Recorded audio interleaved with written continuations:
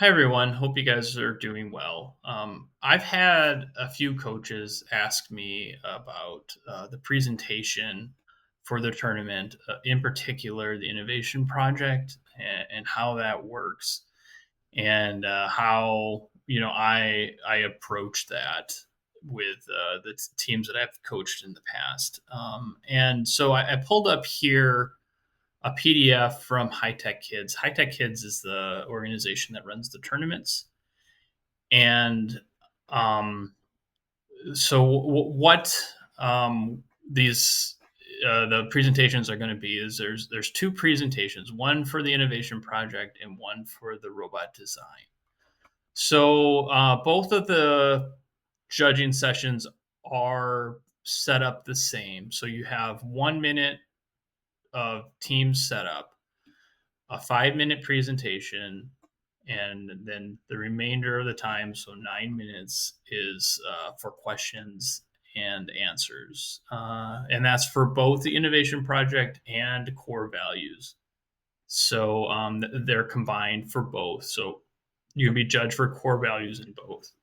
So, and this is a maximum time. So if you only do a 4 minute presentation, then you'll have 9 minutes of question and answer. But with this 1 minute of setup, they don't want you taking 5 minutes to set anything up. So anything that you have with you needs to be set up very quickly. So let's see. I have a picture for you. This is Shooting Stars last year. So as you can see, for their team setup, they have this prototype that they have is on a cart. So they just wheeled that in. The fish and the wig, they put on in the hall. So all they had to do was walk in, and they were wheel the cart in, and they were basically set up. So what we suggest, what works the best, what the judges like the best, and what the kids have the most fun with is doing a skit. So it's not required. You can do whatever kind of presentation that you want, but most kids like doing a skit. So that's typically what our teams do.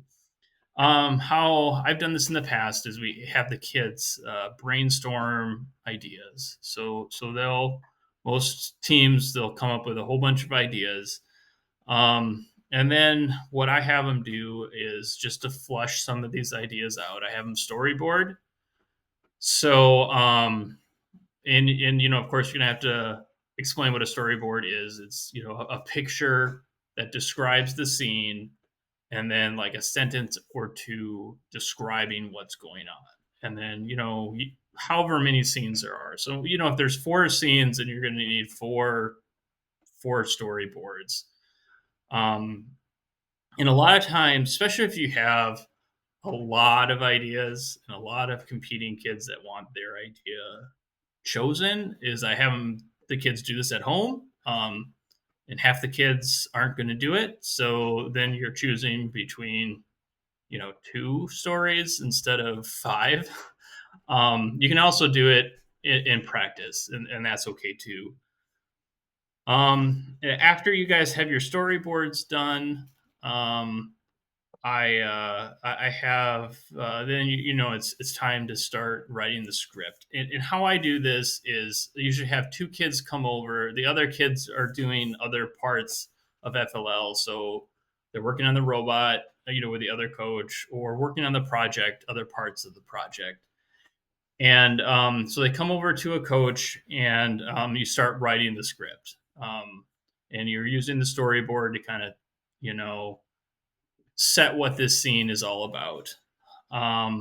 And so usually when we do this, especially if it's for young kids, for fourth and fifth graders, especially, the coach types. Fourth and fifth graders don't know how to type, and it's going to take them forever if you have them sit down with a computer and come up with a script. So it's great for them, and to take the typing out of it, and they can just write the script and not have to worry about that. And then we switch it up. and a new two kids come usually at a scene break or you know after a few minutes. We switch it up so that everyone has a chance to write part of this script. And then after, it usually takes about a practice to do this. And then after we're done, usually at home, I went through and edited it, lightly. Usually, some things it doesn't make sense, and or maybe they got something slightly wrong, and you can change things up in there. But you shouldn't edit it too much. Obviously, we want the kid's voice to come through, and you know, kids are supposed to be writing this, so it shouldn't sound like an adult wrote it. So other tips on how to make this easier. What I have started having the kids do is write a problem statement and then a solution statement. So um, this is taken a number of years ago. There is during COVID, so that's why they're wearing masks. But just the problem statement is a sentence or two just stating what the problem is. And same thing with the solution. It's just stating what the solution is. In judging, a lot of times your kids will do their presentation and then a judge will be like, "What's the problem?" And if you have a problem statement, and especially if you put it in the skit, then one of the kids is going to have it memorized, and they can just tell the judge what the problem is.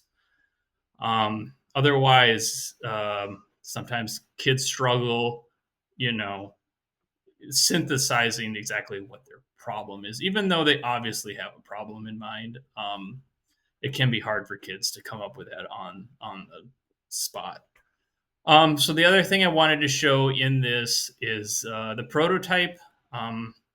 So I think this is part of the rubric. It's definitely something that we want to do if you can. So the prototype doesn't have to be elaborate. So with this one, the project was a rail car that you open up the lid using a winch. So the doll is the winch, the box is the rail car. They didn't hinge this or anything. It's just cardboard. So they just cut three sides of it and use the cardboard as the hinge. And then, of course, the wheels were just to show that it's a rail car. So real simple. It works great for regions. This team went to state and they improved on this prototype for state. But for regions, this is all they had, and it's great for that.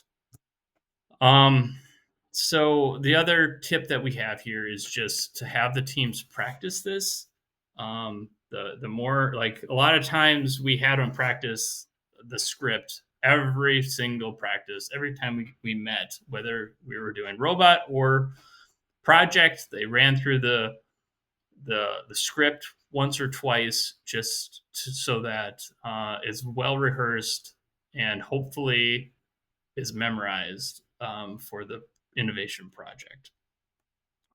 Just really quick on the presentation for the robotic design. This one, I usually just follow along the rubric. So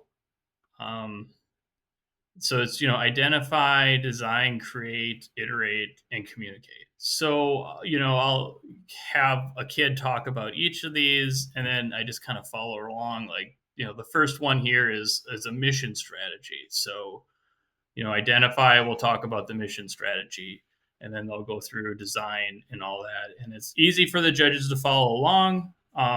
This is optional. You don't have to do the presentation for robot design. I usually have the kids use note cards for this. It doesn't have to be memorized. It should not be a skit. And if you're running out of time, don't do this presentation. You can just have the judges ask questions. If you have something you really want to talk about, then you should do a presentation. But if not, usually they do a pretty good job during judging. So anyway, I hope this helps. Let me know if you have any questions. And yeah, good luck. Bye.